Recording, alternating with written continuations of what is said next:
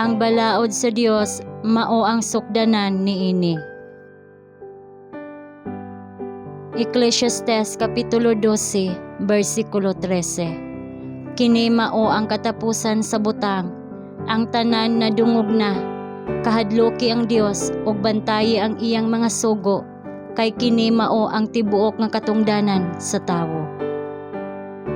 Sa wala pa mapahimutang ang mga patukuranan sa yuta, ang pakigsaad gihimo nga ang tanan nga masinugtanon, ang tanan nga pinaagi sa madagayaon nga grasya nga gitagana, mahimong balaan sa kinaiya, og walay ikasaway sa atubangan sa Dios, pinaagi sa paggamit ni ana nga grasya, mahimong mga anak sa Dios.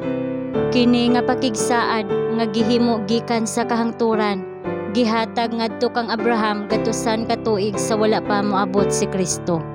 Uban sa unsa nga kaikag ug unsa nga kakusog nga si Kristo diha sa katawhan nagtuon sa kaliwatan sa tawo, aron sa pagtan-aw kung sila makapahimulos sa ilang kaugalingon sa tagana nga gitanyag.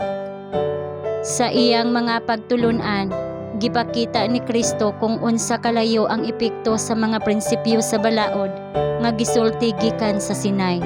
Siya mihimo og buhi nga paggamit ni ana nga balaod kansang mga barugana nagpabilin sa kahangturan nga mao ang dako nga sumbanan sa pagkamatarong.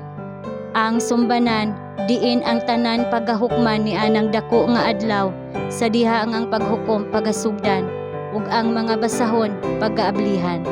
Siya mianhi aron sa pagtuman sa tanang pagkamatarong ug ingon nga pangulo sa katawhan sa pagpakita sa tawo nga siya makahimo sa sama nga buhat nga makatuman sa matag espesipiko sa mga kinahanglanon sa Dios.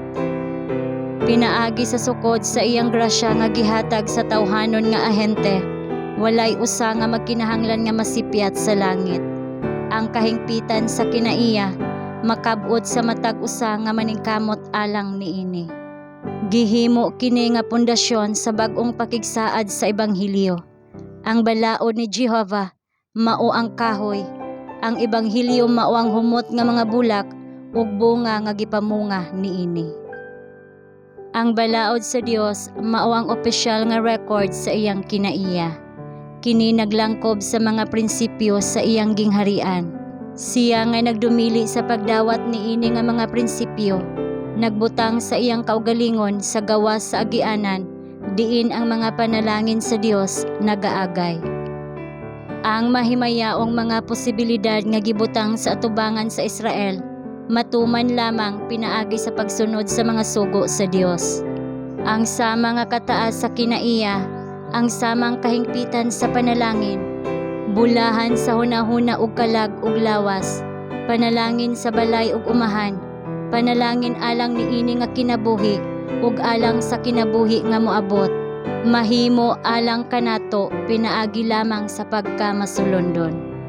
Dili nato ipaubos ang sumbanan apan ipadayon kini nga taas nga nagtan-aw ngadto kaniya kinsa mao ang magbubuhat ug ang maghihingpit sa atong pagtuo.